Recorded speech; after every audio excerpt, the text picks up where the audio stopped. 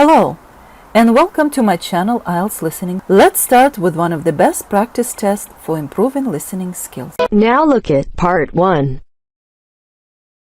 Part 1. You will hear part of a tutorial between two students and their tutor. The students are doing a research project to do with computer use. First, you have some time to look at questions 1 to 5.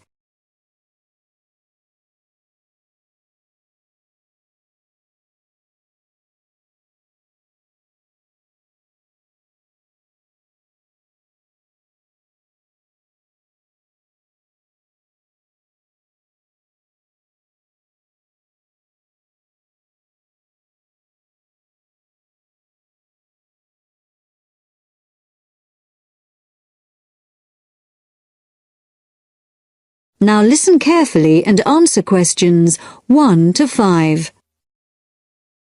Dr. Barrett? Sammy, come in. Is Irene with you? Yes. Good. Sit down.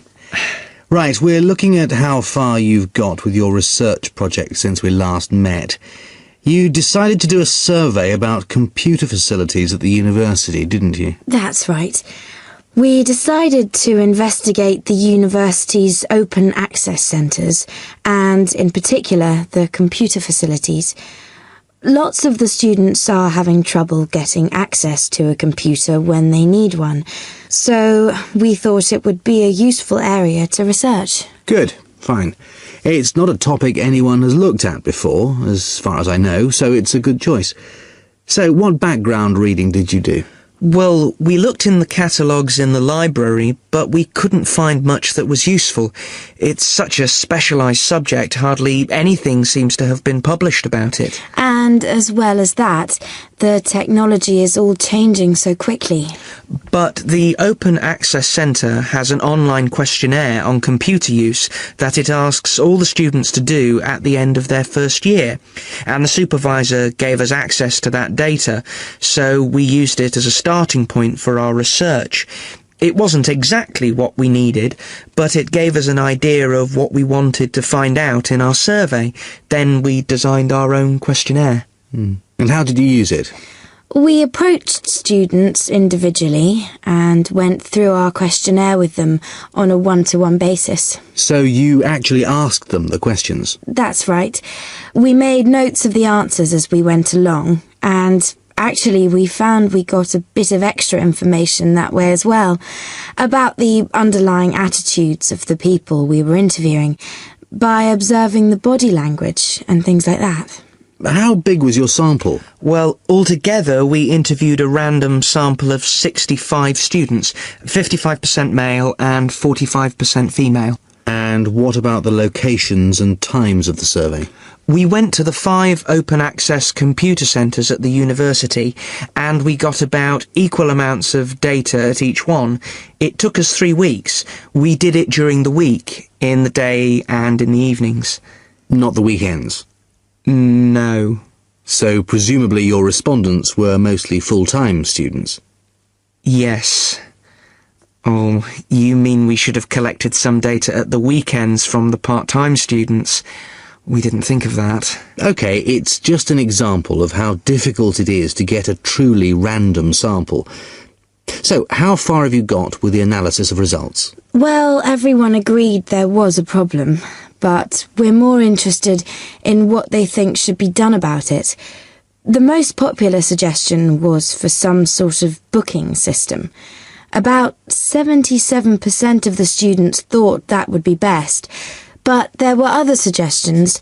For example, about 65% of people thought it would help if the opening hours were longer, like 24 hours a day.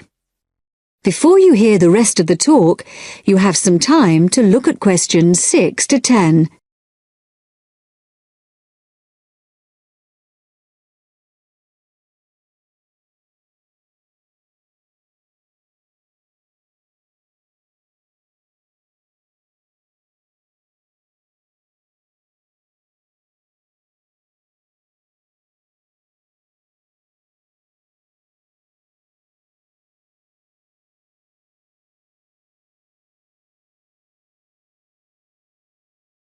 Now listen and answer questions 6 to 10. So, what other suggestions did people come up with? Well, actually, the main reason why people can't get to a computer is because so many students are using them for personal emails or just surfing the web. So one solution would be to have some computer rooms for recreational use and some for people to do serious work in. The trouble is, quite often people do their work, then they want to check their emails. And it would be a nuisance if you had to get up and go to another room and log on again just for that. Another problem is that during the day, tutors book whole blocks of computers for complete sessions, so several people said there should be restrictions on block bookings. But the trouble is, the classes need the computers. There's nothing else they can use. Some people said the whole problem would be solved if the university would just buy more computers, but other people said it might make things better for a bit, but it wouldn't really solve the problem permanently. You can't just solve the problem by throwing money at it. And with the suggestion that the computer room should stay open round the clock, some people did point out that there'd have to be someone around all the time to make sure the equipment didn't get stolen, especially at night. So a booking system seems to be the best suggestion. Yes. Apparently some universities have a sort of queuing system. It means the staff at the open access centres have to organise it, but people say it works quite well. You go along, and if there isn't a computer free just then, you're given a numbered ticket, and then when your number is called out, you have the next available computer. Or it can be done electronically as well, but that's more complicated, and it isn't really necessary. Good. So, now let's discuss... That is the end of part 1. You now have half a minute to check your answers.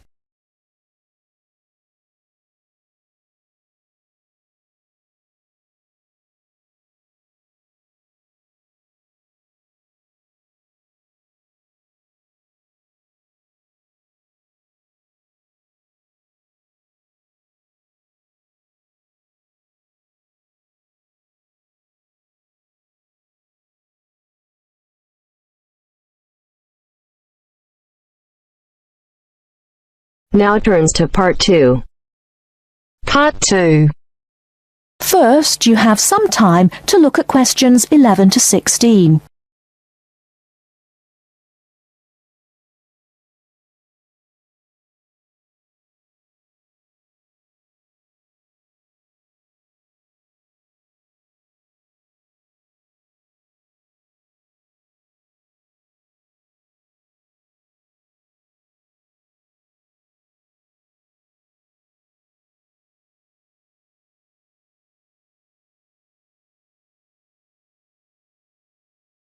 Now, listen carefully and answer questions 11 to 16. Hello, Sue. Fancy meeting you here. It is Sue Johnson, isn't it? Oh, hi, Jill. Must be ages since we've seen each other. What a surprise. How are you? Yes, well, I'm fine. I just got back from 2 years teaching in Hong Kong, actually. Oh, I thought you'd gone into computing or nursing. No, I ended up being a teacher after all. And how about you? Oh, fine. Things are going quite well, in fact. So, what have you been up to over the last 3 years? Working, studying, you know, the usual things. Oh, and I got married last year. Congratulations. Anyone I know? Yeah, you might remember him from our college days. Do you remember Jerry? Jerry Fox? Jerry? Was he the one with the dark hair and beard? No, that was Sam. No, Jerry's got blonde hair and glasses. He's pretty tall. Well, we got married, finally. Great. And where did the wedding take place? Was it here in London? No, in the end, we decided to get married in Scotland. Jerry's parents lived there, so we were married in the small village church with the mountains in the background. Fabulous. Have you got any pictures? Well, funny you should ask. I have actually got a couple here. They're a bit battered because I've been carrying them around in my bag. Oh, never mind. Let's have a look. Oh, don't you look wonderful? Who are those people behind you? Oh, that's my older sister, Clara. Oh, she looks like you. Do you think so? Everyone says that, but we can't see it. Is she married now? Yes, and she's got 3 children, a girl and twin boys as well. Wow, imagine having twins. Look, why don't we have dinner together and catch up on a few things? Would you like to come over one evening? Oh, that would be lovely. What about next Friday evening? Fine. What time? Shall I come over about 8 o'clock? Oh, come about 7:30. I'm usually home around 6:30, so that'd give me plenty of time to get dinner ready. Oh, fine. And, one last thing. Where do you live? What's the address? Oh, good thinking. Here's my card. The address is on the back. We've got a flat in an old house. We live on the 3rd floor of a large old house. The house has been converted into flats, so when you arrive, you'll need to press the bell second from the top. The bell second from the top. Okay? There's a little intercom arrangement, so I can let you in. Right. Okay. See you on Friday, then. Before you hear the rest of the talk, you have some time to look at questions 17 to 20.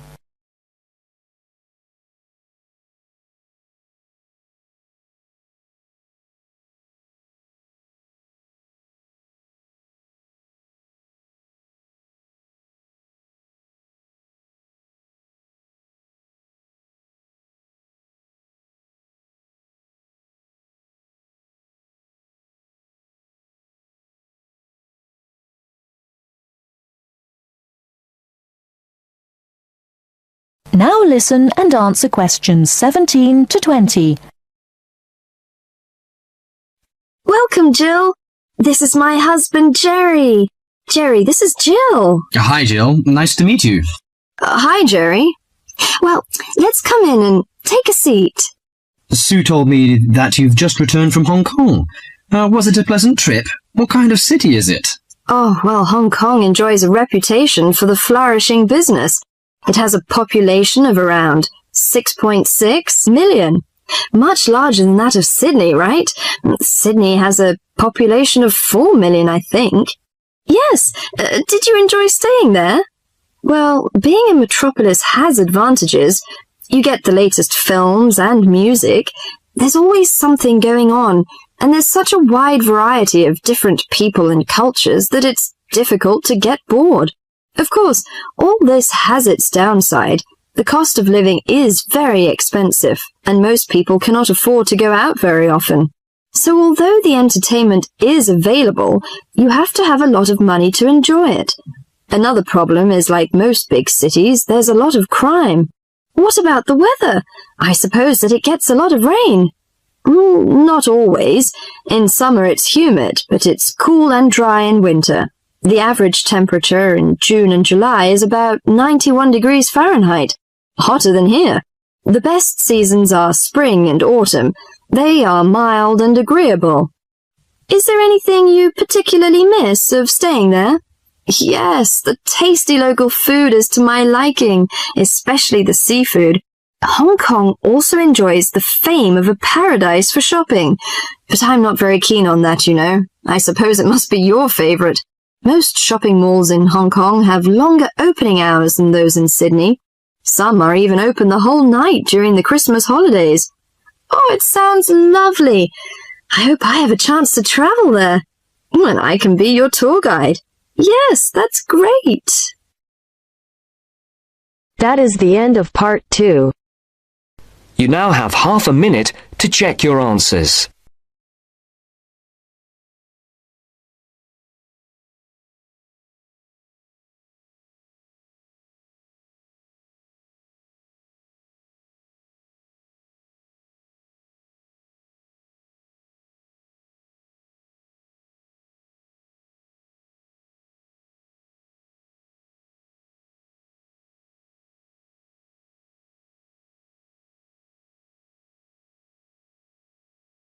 Now turns to Part 3. Part 3. You will hear two business studies students discussing a presentation they'll do on an article on working effectively in groups. First, you have some time to look at questions 21 to 26.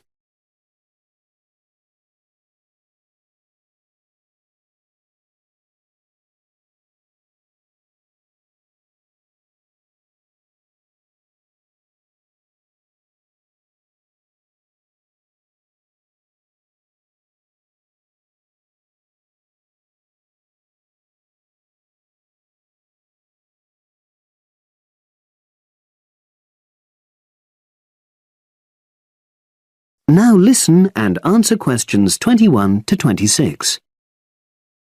So, Brad, what did you think of the article on group work? Oh, hi, Helen.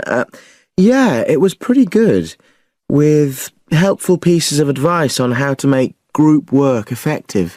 I think we were lucky to be given such a straightforward text to present at the management skills seminar. Yeah. Actually, shall we discuss it now?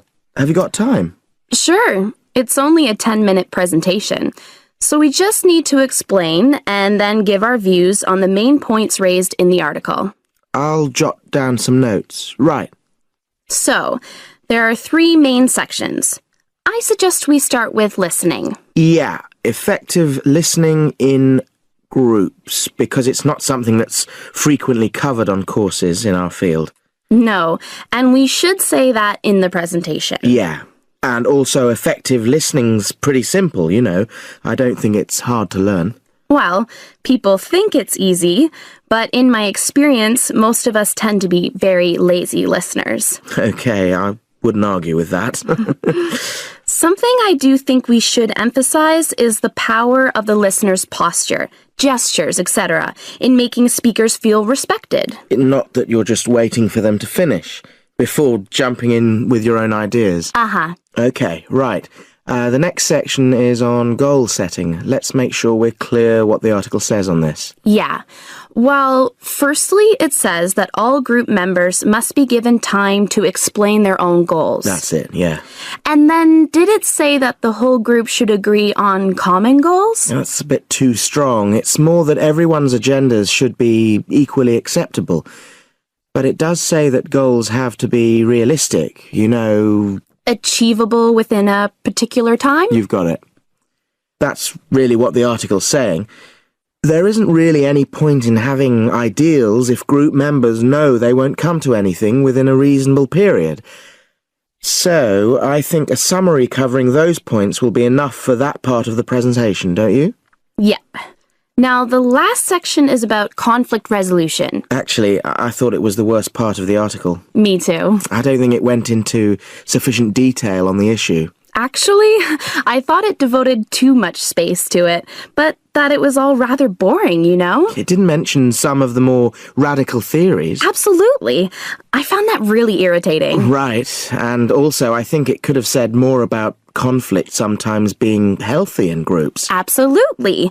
It just mentioned rather glibly about how we should avoid thinking of winners and losers, and that quick resolution of conflict is always desirable. Without explaining what these terms mean? Well, it gives quite detailed definitions, but doesn't develop a proper argument. Right. So, for the presentation, I think we just give some definitions and then explain what we felt were the weaknesses in the article's treatment of conflict resolution. Yeah, good. Now you have some time to look at questions 27 to 30.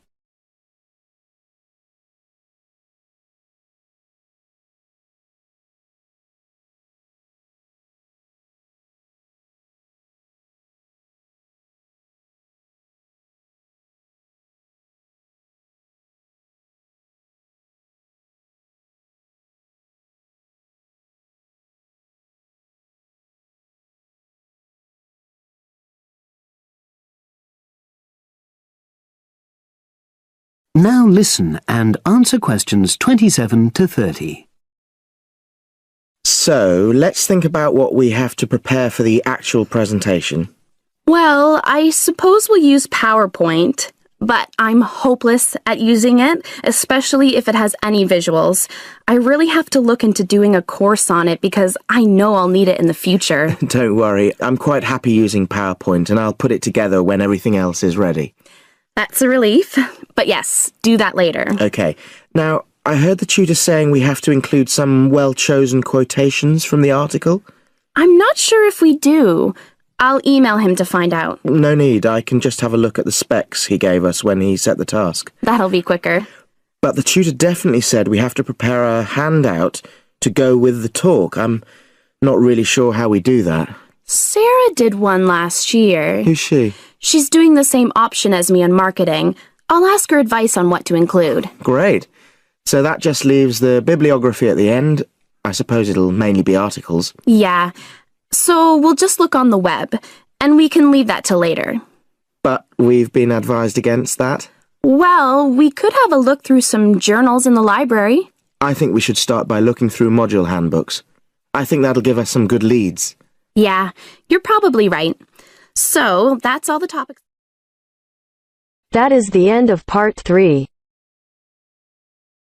You now have half a minute to check your answers.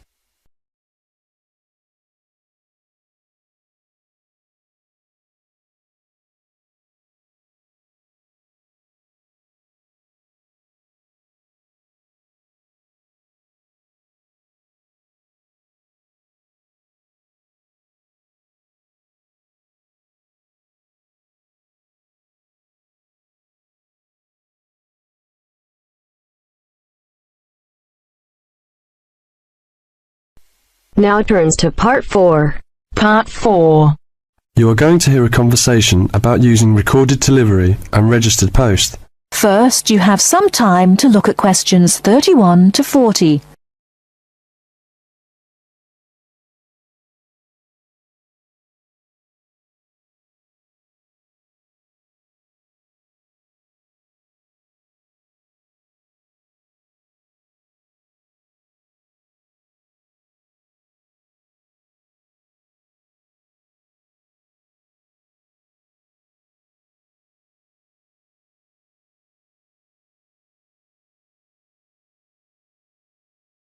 Now listen carefully and answer questions 31 to 40. Tom, where are you going? To the post office. I'm going to send some packets to Leeds. Do you know the best way to send them? Well, if your need is for a record of posting and delivery rather than compensation for loss, recorded delivery is particularly suitable for sending documents and papers of little or no monetary value. Well, what can we send for recorded delivery? All kinds of inland postal packets except parcels, airway and railway letters and parcels. The service does not apply to mail for the Irish Republic. I see. How do I post them? You should get a certificate of posting form from the container in the post office and follow the instructions shown on the reverse. The certificate will be your record of posting. Can I send anything in the post? No, you can't. You must not send banknotes, currency notes, and some valuable things because there is no special handling in the post. Recorded delivery mail is carried with the ordinary unregistered post, and there is no special security treatment. How do we use recorded delivery? Well, when your letter or packet is delivered, it is signed for by the recipient and a record is kept by the post office. The post office does not undertake to deliver recorded delivery or any other mail to the addressee in person, but to the address shown. You can obtain confirmation of delivery by completing an advice of delivery form either at the time of posting or later. This form will be signed by a post office official, not by the addressee of the recipient. A fee is payable, which is lower if the form is handed in at the time of posting. Is there any compensation for loss? Well, compensation is limited. Compensation may be paid for loss or damage, but will not be paid for money or any other inadmissible item. If you want a speedy service for articles of value with extra security of handling en route, and wish to have compensation in the event of loss or damage, you should use registered post. What can we send if we use registered post? Any first-class letter or packet except airway letter or railway letter. How do we post? I mean, what should we do? Well, you should make sure that the packet is made up in a strong cover and then it is fastened with wax, gum or other adhesive substance.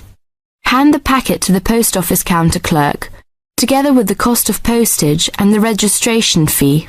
Do not post it in the posting box. Make sure that the fee paid is adequate to cover the value of the content. The counter clerk will give you a certificate of posting which he has initiated with the date stamped. Is there any special security for the registered post?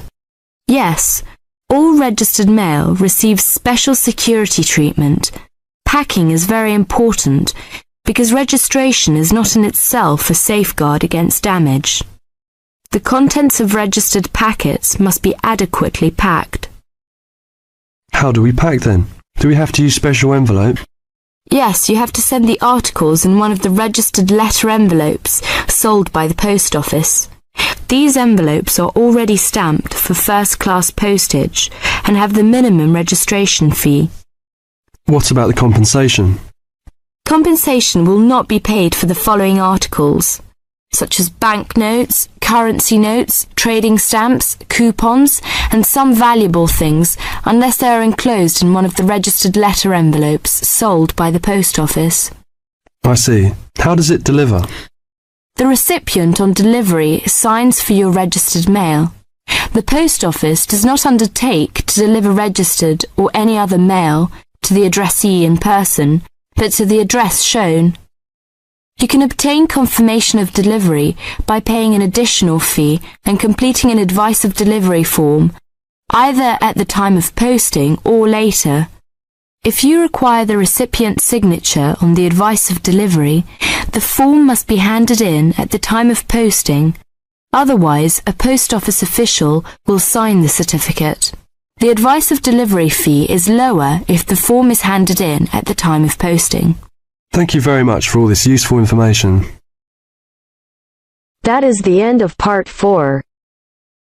You now have half a minute to check your answers.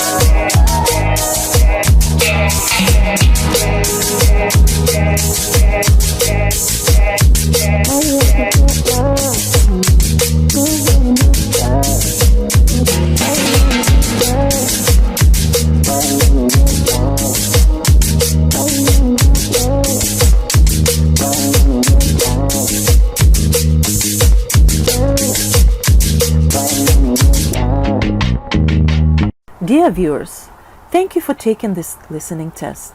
Please let me know about your score in the comments section below. Keep on practicing, it's the only way to be successful. We are planning to upload more IELTS helpful videos. Please subscribe to our channel, IELTS Listening. Thank you.